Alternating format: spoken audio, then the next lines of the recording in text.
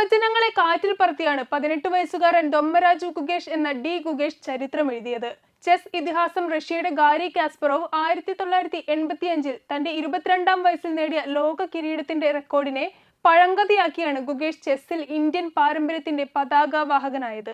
നിലവിലെ ചാമ്പ്യൻ കൂടിയായ ചൈനീസ് താരം ഡിങ് ലിറനെതിരെ ഗുഗേഷ് നേടിയ ഐതിഹാസിക വിജയത്തിൽ ഗുഗേഷിന് ലഭിച്ച സമ്മാനം എത്രയാണെന്നതാണ് മറ്റൊരു സംശയം. ലോക ചെസ് ചാമ്പ്യൻഷിപ്പിലെ ആകെ സമ്മാനത്തുക $2.5 മില്യൺ ആണ്. അതായത് ഏതാണ്ട് 21.20 കോടി രൂപ. ആകെയുള്ള 14 ഗെയിമുകളിൽ ഓരോ ഗെയിമും ജയിക്കുമ്പോഴും ജേതാവിന് ലഭിക്കുക 1.69 കോടിയോളം രൂപയാണ്. ഈ കണക്കു പ്രകാരം 3 ജയം നേടിയ ഗുഗേഷിന് 5.07 കോടി രൂപയോളമാണ് സമ്മാനമായി ലഭിച്ചത്.